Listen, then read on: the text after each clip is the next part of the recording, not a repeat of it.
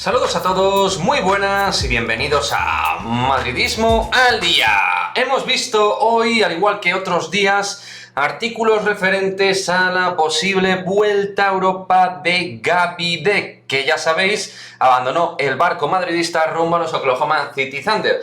Pues bien, desde tierras americanas no se descartaría una vuelta a Europa. Es más, así lo comenta el prestigioso diario Eurohoops.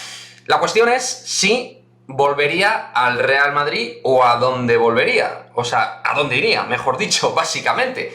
Pero en este vídeo, más allá de esa incógnita, que veremos si se resuelve en algún momento favorable a su vuelta en Europa, me gustaría un poquito testar y ver cómo respira el aficionado madridista ante una posible vuelta de Gabby Deck al Real Madrid. Y si volviera el jugador argentino, si os parecería bien, mal o regular su vuelta. Porque yo, analizando fríamente, más allá del tema de los pasaportes, creo que el Real Madrid tiene claramente un déficit dentro de su puesto, del alero puro, fuerte, alto, capacitado también para jugar en el 4, como Gabby Deck, ese tren de mercancías imparable que es el jugador argentino en muchos momentos, ¿no? Y que claramente en Europa pues es diferencial, como demostró en los últimos meses que estuvo en nuestro equipo. Me parece un jugador que se ha equivocado realmente en su manera de salir. Ya se barruntaba desde hace varios meses, ya el Real Madrid tenía comunicación, la directiva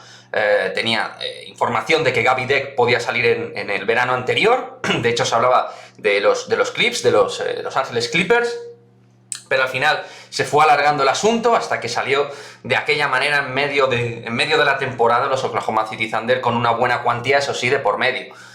Pero creo que deportivamente, dejando al margen un poquito la ética y la manera de salir y todo este tipo de cuestiones, deportivamente nos daría un subidón brutal su vuelta.